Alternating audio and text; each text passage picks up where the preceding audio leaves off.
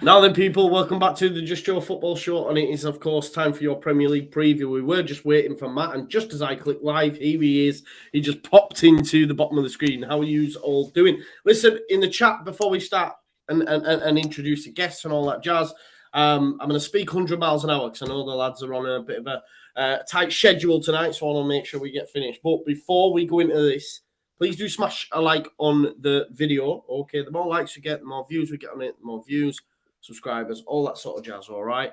So smash a like on the video. Please do subscribe to the lads' channels as well. So you've got the Don Hassam on This Is Football. You have Matt Hayes from the Matt Hayes Tottenham blog.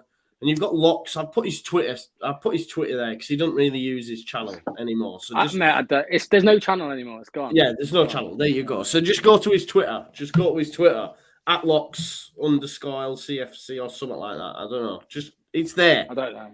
Yeah, it's there. It's there. All right. But yeah, how are we doing, Don? Where have you been? We haven't seen you for such a long time. I mean, the last time we spoke, Leicester were a good side. Tottenham had just got maybe Conte and we're going to win the lot. Leeds United had the best coach in world football. That's not even a thing anymore. Liverpool were out of the title race, and now look, you know what I mean? It's all just flipped around, bro. Listen, it's always a pleasure to be here. Unfortunately, you get me. The schedule was hectic a little bit with all the YouTube work we're doing, but I'll never say no to Joe. If I can always come on the channel, I always will. So big up to you. Listen, it's a crazy world. You get me. It's funny how football works. The last time we spoke on YouTube, life wasn't like this, but now, you know, Bielsa is no longer Leeds manager. There are teams in the relegation battle that we never thought of. And Liverpool, I said throughout, we're still in the title race. So I'm not gonna say we weren't in it. So I'm very happy to be here and can't wait to get it started. Sorry. Yeah, good man. And Locks, how are you, mate? You finally got a win this year, which as a Leeds fan, I'm happy about because I didn't want you to have that record going into our game. Now that you've got that hoodoo off your back, are you going to get top 4 again? Not this season, mate. No, not this season. I think we've passed this year, but yeah, all good, mate. I think been difficult the past 3 or 4 months, really. You know, a lot of talk about Rodgers and you know the players and stuff, but yeah, we'll have to see. I said when we beat, I think was it a draw when we played you earlier in the year, mate, or did we? I think we drew. We beat you at your place last year. Yeah, you at your place last year. I think it was 1-1 or something earlier in the year, and you did say to me because that was like our first point in a few games, and you did say a Leicester back, and I said no, Leeds are just shit, pretty much. Sounds right. Sounds about right, mate. Sounds about right. Yeah, 1-1.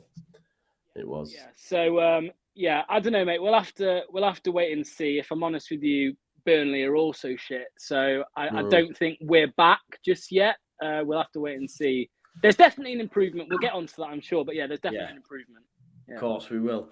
And Matthew. Matthew. Like, okay. You got lulled into a false sense of security as you slapped Leeds United 4-0. Actually, we might be all right. And then you go and play Middlesbrough and get beat in the FA Cup. What happened, bro? First of all, I don't know if you could even hear me. I'm on my phone at the moment. Is it working? Okay, I can barely hear you, but we'll do. The only people who were lulled into any sort of false sense of security with that were people who weren't Tottenham fans. And I said the same thing after the win against City. The only people who thought things were actually in any way decent. Nah. The only people who thought that City win meant anything was people who weren't Spurs fans. We all predicted that defeat to Burnley. And we played Leeds. We all knew that was a banana skin against Borough. I wasn't expecting to lose the game, but I'm not exactly surprised that we did, because that's just what Spurs have become at the moment. And you can shake your heads all you want, but every Spurs fan knows that. There will be Spurs fans out there that'll have thought they were back, though. I think. Just your very. I can confirm. That is true. Yeah. The Don knows. But yeah, I mean, wow, we've got loads to go through anyway, and I do want to get through it because I know you're all on a tight schedule. But with with it being the first game of the weekend, Saturday, Leicester versus Leeds. Locks, talk to me about Leicester in some more detail, bro. What are the thoughts coming into this game? Because Leeds fans now, we're excited, because do you know what? If I'm being totally honest with you, hand on heart, doing my preview today, it's the most excited I've been for a game for a while in terms of, we might, because we've had Liverpool, we've had Man United, we've had Tottenham, and we've just been goals, and it's been rough going.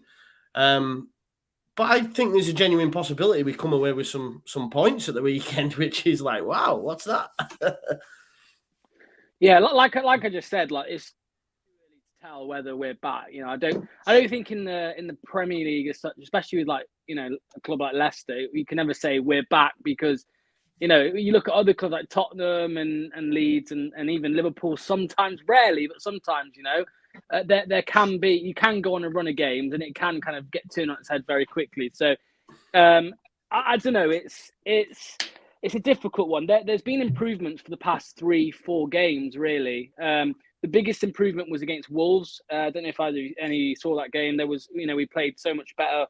And we were just, if I'm brutally honest, and I don't like to say this because when other fans say this, I kind of cringe a little bit. But I feel like we were really unlucky against Wolves. I think their goal, don't laugh, mate, don't laugh. I think there were a few dodgy decisions in that game, if I'm honest with you. But I think we deserved a point from that. But yeah, I think, with all the kind of speculation there's been quite a bit of speculation about Brendan Rodgers, will he go? And the board backed him the whole time, saying, he's going to stay, he's going to lead a rebuild, is what's apparently happening in the summer. They did back Ranieri 2 games before they sacked him, so kind of Leicester fans took that with a pinch of salt. But it seems like they have stuck with him. I don't think he lost the dressing room. There were talks of that as well. I do just think the squad went, it just felt stale. And it looked really it was difficult to see where that was going to turn around because, besides a couple players, everyone just looked flat, not bothered and kind of disinterested. So it was a really difficult time. And as I said, the past few games have been a lot better. And obviously we beat Burnley the other night, which isn't I'm not going to brag about that at all. We did obviously switch on towards the end when Jamie Vardy came on, and that seemed to give.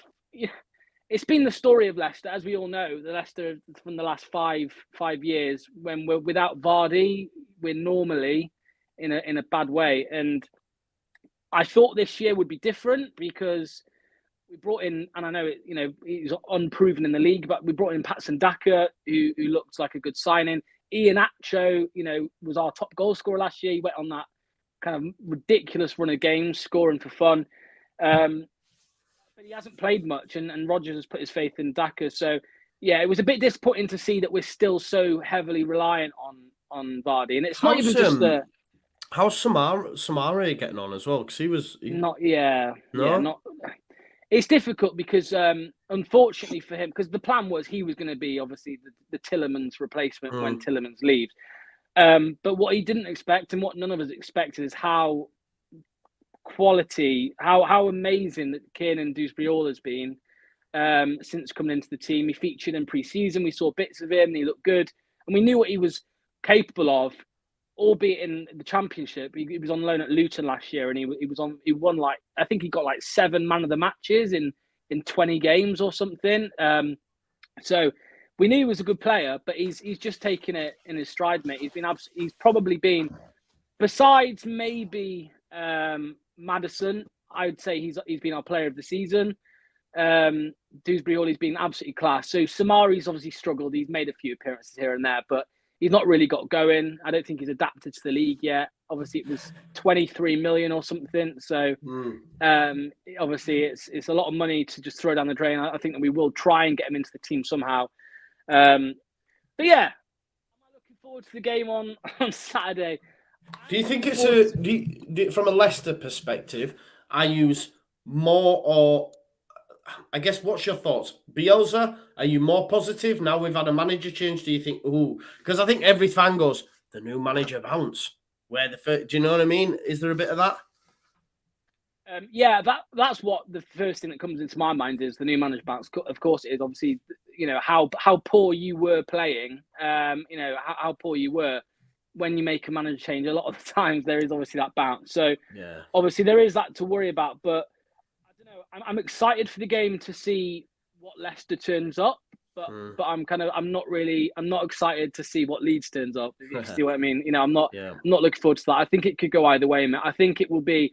I don't see it being like a close game. I think either of us will win by 2. I think it will be 2-0, something like that. 2-1, 3-1, something like that. Either team. I can't really call it. It just depends on which Leeds, which Leicester turn up, and I'm not sure. Especially with, I'd put my money on you guys if I'm honest, because Leicester have been so inconsistent. Well, we've been consistently shit, but when we have gone on a bit of form, it's been so inconsistent. So. Whereas obviously I look at you guys, I think, well, the new manager bounce, surely that's going to have an impact. And obviously Ellen Road, I mean, you tell me, I'm not 100% sure I know obviously there was a lot of dissatisfaction when Bielsa was sacked, but I don't know. I'm guessing, from what I've seen, most of you are positive now looking forward. I don't know. Yeah. We're still in mourning, bro. We're still in mourning. It's like your new stepdad's coming, and it's like I like him, but I refuse to call him dad. Do you know what I mean? That's the sort of situation we're in at the minute. Because I'm still in mourning. I cried, bro. I don't know if you've seen that, but I literally cried. It, yeah. I was like, as it was happening, I was thinking, what am I doing? I'm crying on YouTube. What am I doing? But yeah, look. Looks, I've gone big because I have. Listen, you know me, I'm a bit of a passion merchant. So when I listen to his press conference earlier on and I see pictures of them training, I'm like, you know what? We needed this actually. The team needed this. They needed a fresh voice. They look like they're happy and smiling again. And sometimes, I mean, we can maybe take that for granted a little bit because, Jesse Marsh has been saying in terms of their outputs, they're already up there, running stats, all that sort of stuff, and it'll fit like a hand in glove when it comes to Jesse Marsh's tactics and how he goes about the game. It's not too dissimilar. The only difference being obviously no more man marking, so they won't look like the parting of the Red Sea at times when we lose the ball high up the pitch. So. I'm positive, and for that, I have gone for a Leeds United win. I genuinely think, and Leeds United fans watching this, we have Leicester, we have Villa, and then Norwich. We could genuinely, in 3 games' time, if this new manager bounce is a thing, and it does, we could be looking back going, relegation, what are you talking about? In the space of about 6 days, genuinely, it could flip like that, and fingers crossed that is going to be the case.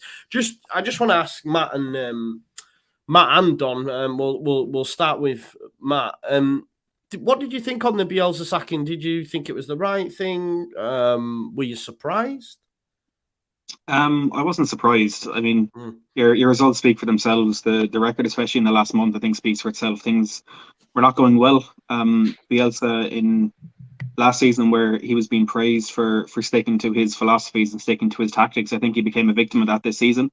And I don't know if you can fully blame that on him, because I mean he's made a career out of it. He's been, a manager, a mentor to so many world-class managers by doing what he's done and playing the football that he plays. And there's going to be a legacy in English football that is a little bit tainted by what's happened. And I think it's going to be because people get angry at the media for praising Bielsa's mistakes, and they hold that against Bielsa. Which just is not the case. He's a man who stuck to what he believed in, who stuck to the way he wanted to play football, and I admire that so much. I mean, it's ultimately cost him his job. I think maybe he deserved a bit more time to turn it around, because we're always going to look at Bielsa's last week at Leeds as a 6, or was it a 4-2 to United, a 6-0 to Liverpool, and a 4-0 to Spurs. But it's, that's not the way it should have ended. We should have been given that chance to maybe turn things around. And I think it says a lot that Jesse Marsh himself said when he got that phone call. He said, can you not just, like, Bielsa deserves a chance to see out the season? And I don't know if he had what it takes, or if he was going to have what it took to keep Leeds up in the Premier League this season. When you're looking at Newcastle hitting form, Burnley stringing a few victories together now, I think Leeds were very quickly being dragged into that relegation battle. And ultimately that's what made the decision for them. It's a manager who's going to come in and play a very similar style of football. So you could question what the point was in making that change, but it's a new voice. It's a fresh atmosphere. It's that bounce that you were talking about, that manager bounce, is going to be very important to Leeds. And I think it's probably a decision that ultimately will save your Premier League status. But for a club who prior to Bielsa and prior to that stability was so quick to cut managers and so quick to, the first sign of trouble to let them go. It's ultimately what you've done with Bielsa, although it took 3.5 years to get to that stage. But I think you're potentially in trouble of still being that club and go back into that position where it's the same man or the same thing. 1-2 bad results, managers out, and I don't think that's something that keep in the Premier League. And I think Watford are proving that very much now. But from almost a neutral fan point of view, it was really a pleasure to see Bielsa in English football. Like I said, he's mentored so many managers, and my favourite manager of all time in Pochettino. It was a real pleasure to see him in English football. I know we're probably not going to see him there again, but he'll be remembered for the fantastic football that he played and for turning around a big club back on an upward trajectory. Nice, love that, Matt. Love that. It was definitely shades of like Pochettino and Spurs, wasn't it? It had that similar sort of vibe when they broke up. Don, thoughts just quickly on his sacking, and I know you don't. I want to ask you the question: do you think Leeds United will get relegated? Because I know you won't tell no lies, regardless of where you are. You'll pull no punches. So, talk to me first of all just about Bielsa. Was it the right thing? And then obviously, where do you think Leeds' future lies in this last 12 games? I mean, I could tell Matt has been on this channel 100 times. Didn't say a negative word on the man. Almost spoken like a Leeds fan. Yes, man. This is what I'm saying. It's just crazy. I think, look, obviously the truth for me lies a bit in the middle with the Bielsa sacking.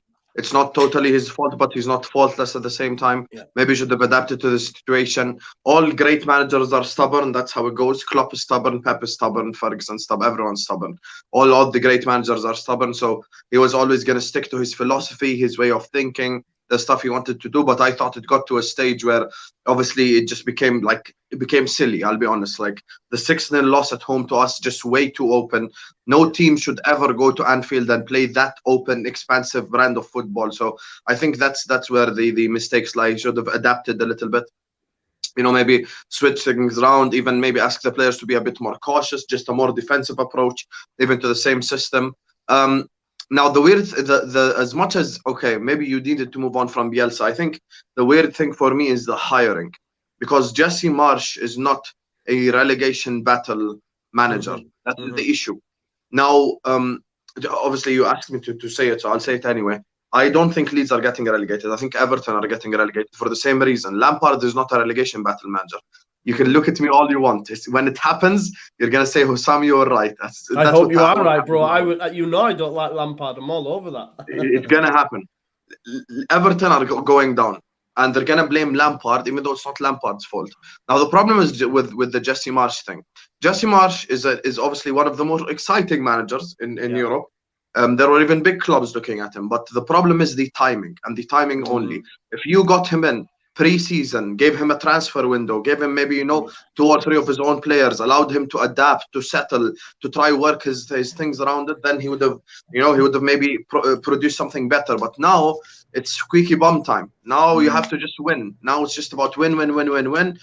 Try to get as many 3 points as possible. Obviously, I think I looked at the Leeds fixture schedule. It's not as difficult as the fixtures, of course, you guys played against United and Liverpool and Tottenham. So there were like other things, other games, that you could get points off. But I'm just surprised maybe by the appointment. Now I wouldn't go as far as saying get maybe a manager like a Sam Allardyce because I don't think the player profile at Leeds suits one of those like Sam Allardyce, Tony Pulis, Alan Pardew. But it probably would have suited maybe a more modern manager, a young English manager who at least knows the game. Maybe someone like an Eddie Howe. Even and I know might laugh at this, but even someone like maybe like a Gary Monk, someone who just knows the game a little bit. I'm just giving example. Someone who just knows the game a little bit, knows the league. I know. I get it, because it's like you're saying, like, you swap it, and I think Matt made the same point. You're swapping Bielsa for another manager that's going to play with the same sort of methods. Yes. Do you know what I mean? It is almost going to be the same. Who has no experience in English football. Yeah.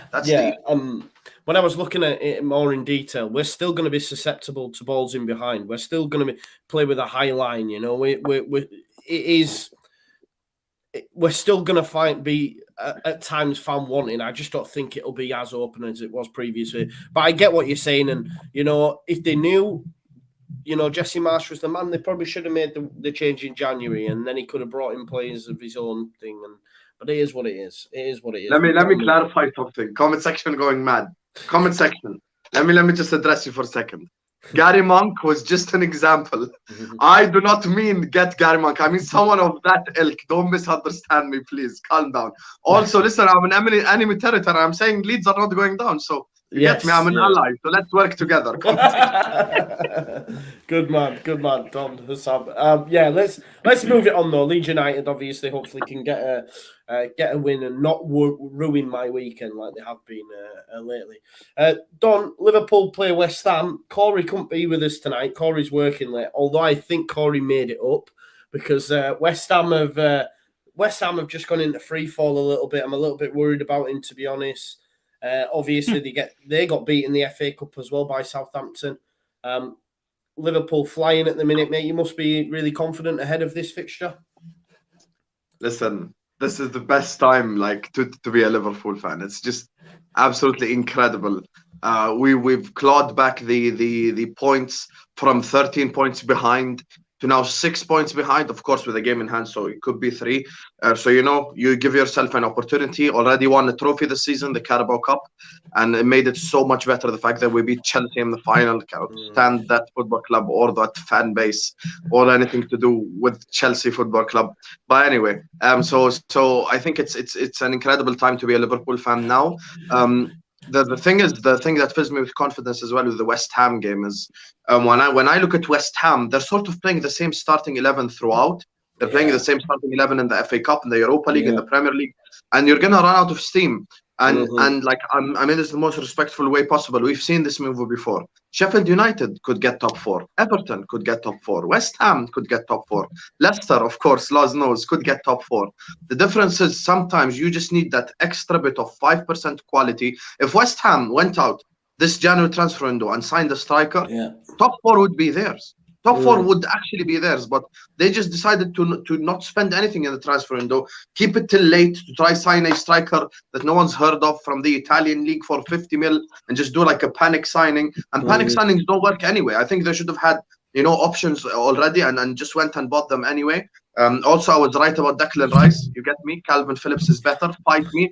I've been fighting this on the spaces. And let me tell you something. I have converted people. I have started a Calvin Phillips 5, and I've started this debate every day on Spaces, and more people are coming to my direction. I told you there's a reason it's called the Yorkshire Perlo. Unlike Declan Rice is just a younger, fancier, taller version of Jordan Henderson. No one can convince me otherwise. No one can convince me otherwise. Declan Rice is incredible when it's backs against the wall. We're parking the bus. We're fighting to get a point. Incredible player. But when you have the ball and you have 10 players ahead of you, it's different. So now just back into the game. Must-win game. We rested, of course. We rested Trent, rested Robertson, rested Verge, rested Matip. So almost all the starters for the game on Saturday were rested. So, you know, with all due respect to West Ham, revenge is a dish best served cold.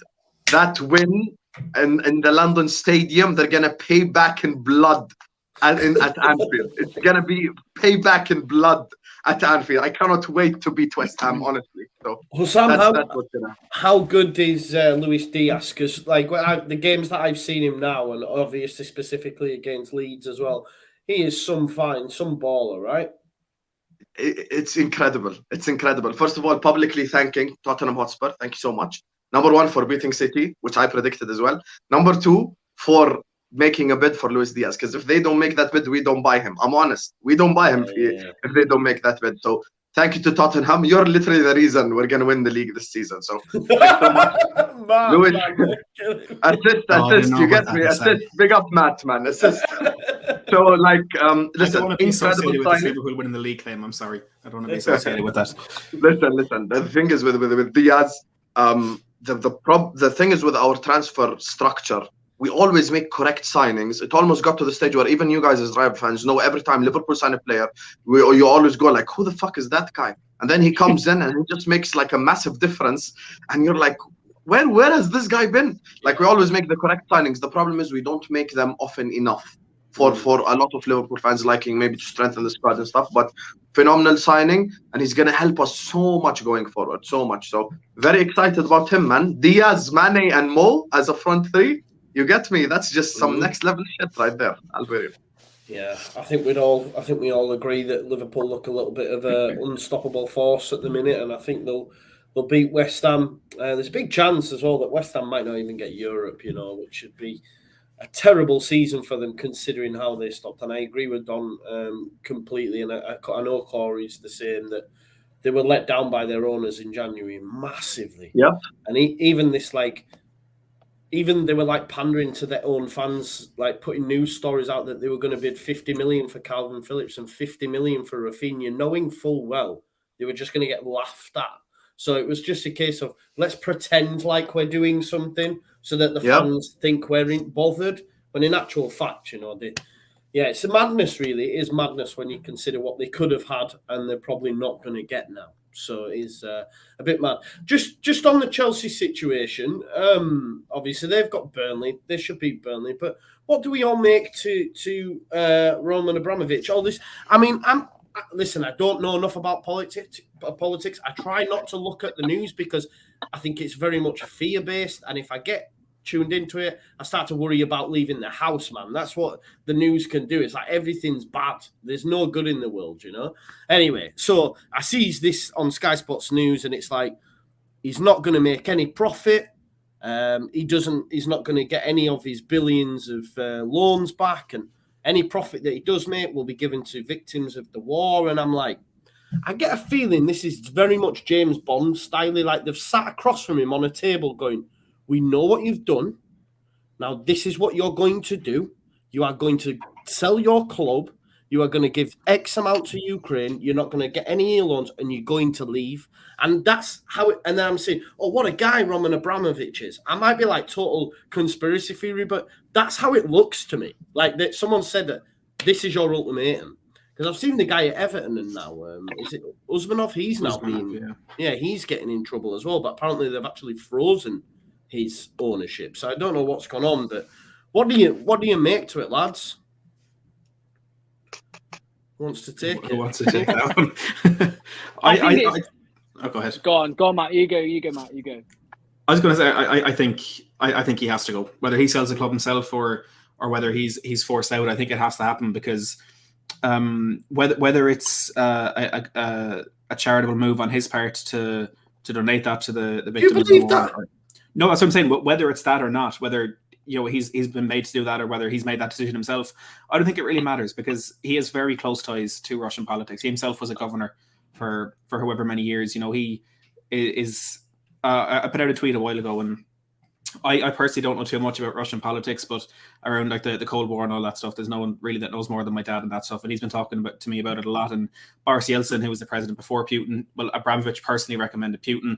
And then the guy who took over after Putin was Medvedev. He was personally recommended by Abramovich. And then between Medvedev and Putin coming back in, they're the reason that Putin is going to be president for the rest of his life. They changed the law. They changed the length of the presidential terms, the amount of presidential terms you can have. So Abramovich, whether it's directly or indirectly, helped Putin consolidate the power that has now put him in a position to do what he's doing. And Abramovich continues to have links, whether it's right up at the top of Putin or anywhere else in that government or in the Kremlin. He's linked to it. He's the reason that they're in a position to do it. I'm not saying he wants the war to happen. I'm not saying he defends that. I'm not saying he's part of the reason it's happening. But, it's now is not a time to pick hairs and say, oh, but he could have done this and he might have done that, but he might not have known that. His money has come from that government. It's the reason he's in the position to own Chelsea. He has helped that government a lot. He needs to go. And for me, it's as simple as that. And I understand the frustration and the anger at Chelsea fans because, we spoke a lot on these shows about the Saudi owners coming into Newcastle and, of course, the horrific human rights stuff back in Saudi Arabia. And we can all sit here as opposition fans and say it's abhorrent, it's this, it's that. But it's hard when you're in that position when it's your club that's benefiting. Yeah, I get that. And, I mean, as a Tottenham fan right now, if I could say if someone like that took over Tottenham, I'd be against it. But then when they start spending that money, it's difficult to find that judgment and to find that that perspective where you're like, oh, but, look at what they're doing over there. And Newcastle fans are in that position now with the Saudi owners, and Chelsea are in that position with Roman Abramovich. And the big difference there is Abramovich has bought fantastic years for that club, and he's made them relevant. He's made them a team that's won every trophy there. So I completely understand the the kind of skewed perspective and skewed narrative that they have on this. But ultimately, you need to look at his ties to this government, ties to this tyrannical dictator who was killing civilians. And for me, it's that simple. He has to go. Matt, brilliantly put, mate. And for someone who doesn't know a lot, I think you just like blew me out of the water. I was like, what's this guy talking about, man? Is this question time all of a sudden? But I think we can all agree that we hope whoever buys them is like the Glazers at Manchester United, just runs them into the ground and they just don't win anything for years. And then we can all just laugh at them. I know that'd be the same for Don, definitely for me. And I'd assume for Locks as well. It's going to be a mad one because the guy literally came in and sort of completed football. Like he's won everything there is to win, like for Chelsea. So it's a bit of a mad one. So we'll have to wait and see what happens with that. Big one on Sunday is of course the Manchester derby. It's a really big game. This one. You've got a real vested interest in this, Don, because obviously. Do you expect this could be one like the Tottenham one, the Spurs game where City could come unstuck at home to Man United? Do you think? Absolutely. Listen, you can see this is what happens, Locks. Every time people laugh, because no one expected when Spurs it happens. You know? Look. People look at this United thing. How many times have United gone under Ole Gunnar Solskjaer to the Etihad and got a result? Never mind Ralf Rangnick, never mind with better players. I'll be honest with you. You know, every time like I want United to win a game, I have to take a shower after the game because I feel disgusting. But for the 90 minutes, you get me, I want United to get a result because big picture, I want to win the league. So, of course, you know, I want United to get a result, but I don't just want United to get a result. I predict they're going to get a result. And let me tell you why. See, the thing is with City, I don't think City have been as good as people make out to be. And I'll explain to you. Don't look at it from City compared to the other 19 teams. Compare City to City. Centurion City would beat this City by 3 goals. And the team that won the league by 1 point ahead of us, I think would beat this team by 3 goals as well. This isn't the best version of City we've ever seen. The problem is Liverpool and Chelsea, because we have been so inconsistent, we've allowed City to play no pressure football, literally for the last 3-4 months, just go free flowing. No one's applying pressure on them. There's not even like a game where, you know, we win and there's pressure on them. It's always like, oh, City are comfortable. They're in the lead. It's 13 points ahead. You know, they've won the league already. So you've sort of allowed Pep Guardiola and that massive squad to have like no pressure football and sort of just go out there and enjoy themselves. And now when you look at the last 3-4 weeks, I know, of course, they beat who did they play in the FA Cup? They beat them 2-0, but they weren't convincing against a championship quality side. They actually were not convincing. Like they didn't do the whole pepper them thing, and they actually put out a very strong lineup as well. Like you had all the starters in there, De Bruyne, everyone. Like so, I think with City, I think this is where when you apply pressure in a title race, it makes a difference. Saturday we play West Ham. You win that game against West Ham, suddenly you're 3 points behind City. Now, if you're 3 points behind City go into that game against United. Now, I'm not saying they're going to be nervous or they're going to bottle it. No. I'm just saying there's a bit of extra pressure on them, maybe 5%, 10%. And now you look on the other side with Man United. They're so shit. No one's expecting nothing out of them. There is like United are going into the Etihad as if Burnley are going into the Etihad. Like no one's expecting shit. And I'm predicting United, like they did when we won the league. They beat Manchester City. They're going to beat Manchester City again this Sunday. And I actually predict it's going to be a Ronaldo winner. I fully predict that. Yes. Really? Because I'm just having a look now, you know, and let's just have a look, like the last couple of results. So City won them in November, then Man United won, then City, then it was a draw, and then Man United. So you're right, man. This isn't like, it is a little bit like form goes out of the window in this game for sure. I do think City will beat them, but I do agree with you. I don't think it's going to be as cut and dry as what a lot of people think. Matt, what are your thoughts for the City City Man United? It's an interesting one, and like you're talking about there, that record between the two of them is a little bit odd. And is Solskjaer, does he have the best record against Pep Guardiola of any manager? Yeah. Well, Guardiola's there. There's some odd stats like that. But I never thought I'd say this is a bad thing for Manchester United. But Ollie's gone now. That record is completely moot. It's a different manager. It's a different style of play, and it's a very disjointed Manchester United dressing room. No matter what they try and say on Twitter, no matter Harry Maguire quote-tweeting journalists with his with his excuses, and Marcus Rashford tweeting players that aren't even on Twitter. No matter what they want to say, it's not true. That dressing room is disjointed. There's more reports today about Harry Maguire, and then on top of that, you're having all these rumors about the new manager coming in. And I know it's different to a situation where they're going to sack their current manager, bring in a new one. They know there's going to be one by the end of the season, but they're going to be distracted by that because the manager that comes in is going to have a big say, going to have a big impact on their future at the football club. And I think that sort of distraction with Manchester United never goes well. And they, I saw a stat earlier as well that Manchester United have created more big chances than any other team since Ralph Rangnick came into the Premier League. But how many of those are taken? How many have actually turned into good results for them? I don't see anything in this United team that suggests they can get something out of this game. I like you say, I don't think it'll be a 3-4-5-0 Man City, but I think it will ultimately be death by 1,000 cuts by City and a comfortable victory in the end. And then they'll go on and win the league. Yeah, man. What about you? What about yourself? Locks? I love the optimism. Obviously but we'd have all laughed at the Spurs one though. We would have. I think even Matt would have. Oh, 100%. I did laugh. I predicted a Spurs win, honestly, and I said exactly. If you want, I can play the audio right now. If you don't believe me, we believe you, brother. Look, if you I can literally play the audio word for word. I said how it's gonna happen. They're equalizing in the 90th minute. 2-1 to United. 2-1 to United. The Ronaldo winner. That's how it's gonna happen. I can't see. I don't think there'll be two of them results so close. Because it wasn't long ago, and I just think obviously we all know Man City are better in the second half of the season, and obviously I know they had that Tottenham result, but I just can't see Man United. Like Matt said, with the current dressing room and kind of how fractured that appears to be at the minute.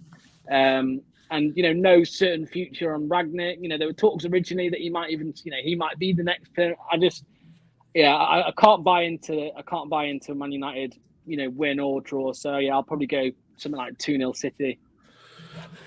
Nice. Boo. Boom. Nigel Hill with the super chat says, "You are Victor Orta's brother. Give us the lowdown. What's happening?" I don't know who that's aimed at. Who I don't know. So.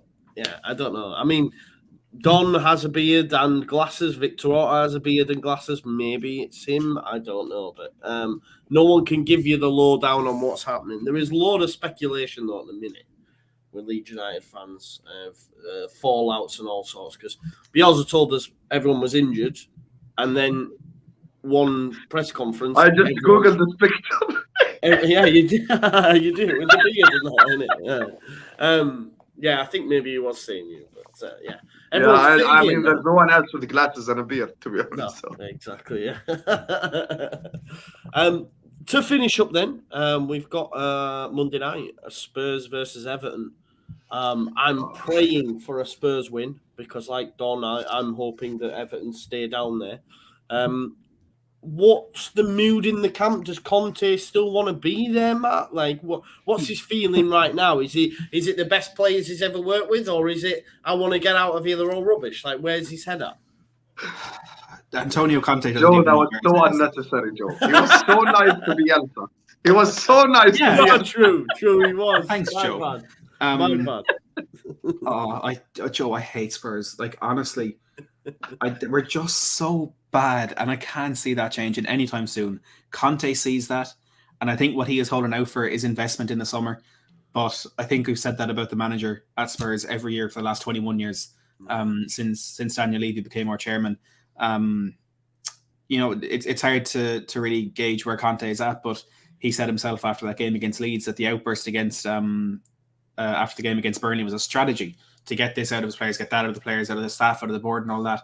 I mean, I said it at the time, that's all well and good, but you don't need to do it in a way that is going to fracture relationships between the fans and the players, the fans and the manager and the players. There's a better way to do that. And you don't come out and say, this club needs to assess my position. Look, we've been through all that. I don't think that's fair. It's his strategy. But this game against Everton, Is it just going to be win loss for us for the rest of the season? Yeah. If it is, fantastic. We get to beat Everton because we lost to Middlesbrough on Tuesday. But we could genuinely go and beat them 4-0, or we could lose 2-0. And it's like, I know teams maybe lower down the table will know what that's like. Tottenham, from the majority of the time I've supported them, maybe win 2, win 3, and then lose 1 or something like that. So it's not knowing what's going to happen when going into the game and seeing these players go out and outplay Manchester City. It wasn't just a lucky counter-attack and victory. In fact, none of our goals actually came on the counter-attack. We were just better than them on the day. We defended better. We were more clinical, and we got out with a deserved win. And then we lost to Burnley. But again, we all predicted that. We all knew it would happen, and it's just going to be the same thing for the rest of the season.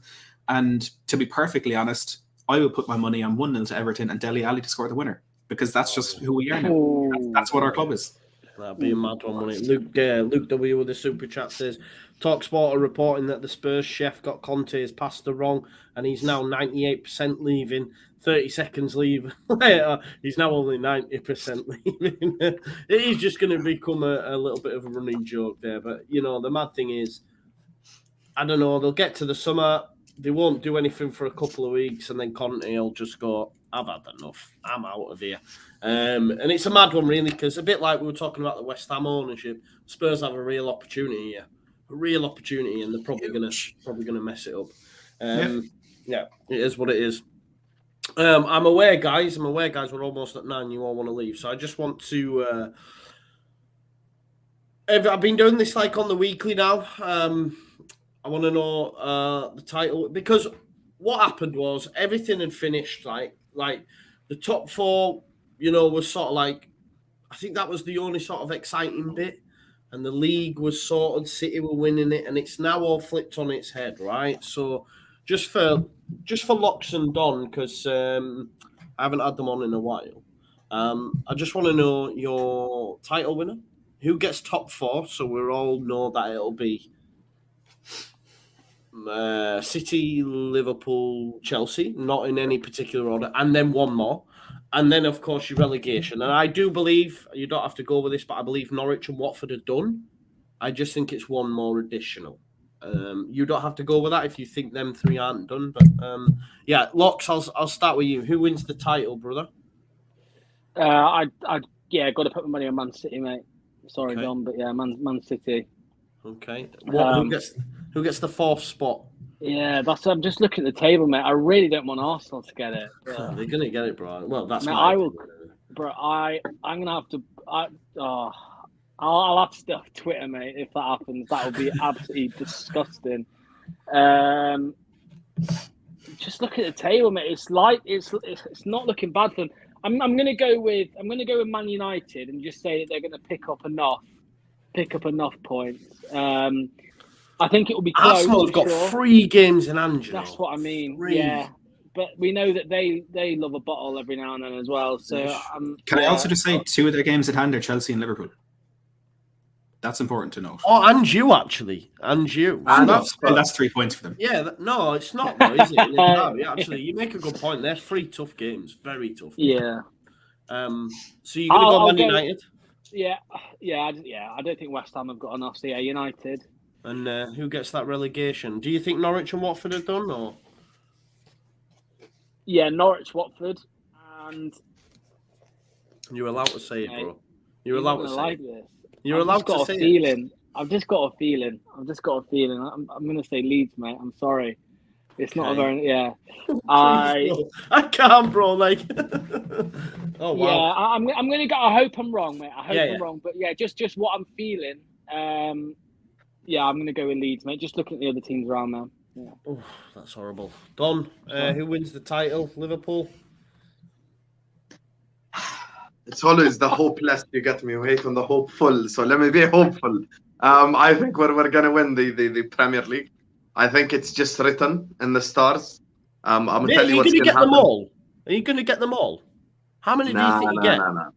You're never gonna catch me saying that on YouTube. Never. Who was it? Which player was it? Was it Salah who put 1 down, or was it Mane? Yes, it was Mo. He tweeted 1 down. Yeah. So I'm gonna tell you how it's gonna happen as well. Of course, we all watch the Premier League. Stevie G, unfortunately, we all know the incident that happened. The last game of the season, is Manchester City against Aston Villa. Aston Villa are going to pull up the Etihad. Oh, wow. And Imagine. Steven Gerrard, the man that lost us the league, is going to give us the league on a silver platter after beating Man City. So we're going to win the league. Top 4, here's how I break it down quickly. I think United have the best squad, worst manager. I think Spurs have the best manager, worst squad. Arsenal are in the middle. They're sort of like, Arteta isn't as bad as Ranić, because Ranić is fantastic upstairs as a manager. He's not all that at all. Their squad isn't as bad as Spurs, not as good as United. But with Arsenal, everyone knows Arteta's going to be there. There's just a stable thing around the club right now. All the Wenger players are gone. They're relying on youngsters who want to play, who want to prove themselves, who might be a bit inconsistent, but I think they're eventually going to get it. So Arsenal are going to finish 4th. Now, relegation, I disagree. Watford are staying up. So that's the one thing I'm... Yep. Roy Hodgson. You get me? Gonna pull in some magic. So going down are Norwich, Burnley, and when Burnley go down, I'm gonna do a giveaway. Fuck that football club. And the 3rd club to go down, an absolute giant of English football, 9 league titles. You get me? Our local rivals, Everton, are going down. They're gonna end up in the Championship. Fat Frank is never going to get a big job again. He's going to start managing in League One, in the Championship. Next up, Stockport County manager. You get me? That's exactly what's going to happen. So Everton are going down. Norwich are going down. Burnley is going down. I like that, mate. I can accept that. Big shout out to all the guests today and the viewers as well. Thank you so much. Please, before you do leave, do smash a like on the video. Nigel Hill said as well, I'm in mourning. Sorry, Bielsa can walk on water. He surely can, mate. He surely can. And with some of these players, he turned water into wine, you know. Calvin, from someone we might have probably sold to England's best player at the Euros, voted by the fans. So he literally turned water into wine. Make sure you follow Don Hassam on his channel. This is football. The link is in the description. Honestly, watch-alongs, videos are plenty, and also follow him on Twitter for Football Wars. It's always going down in them spaces. Matt Hayes, the Matt Hayes Tottenham blog. Make sure you check him out as well. No, actually, I don't want you to be crying at the weekend. I need you to be beating Everton, mate, in all honesty. And then Locks doesn't have a channel anymore, but follow him on Twitter because he's always griefing teams from North London, it seems. Anyway, Arsenal or Spurs, one of them. He's always having a go at. Anyway, so yeah. Listen. What we ever did to you. What was that? I don't know what we ever did to you. We handed you a league title. You should be thanking us. Yeah, he used to. Him and Elena were like cat and mouse for a period of time. They still are. Every now and then, Locks will throw a time bomb in. It was just it was earlier on in the show when Matt was saying that no one believed Tottenham were back, and I was like, well, I can think of one person for sure. I can definitely think of one. Fan base after that win at City were going mental. Yeah. I can think of one person whose name may begin with the letter E. That's for sure. Listen, thank you as always for watching. It's been great fun as per. I'll be back tomorrow with Gaz, and then we'll have a watch along on Saturday morning, and we'll be back doing a Premier League review shot on Monday. So yeah, thank you as always for watching. Follow the rest of the lads' channels, and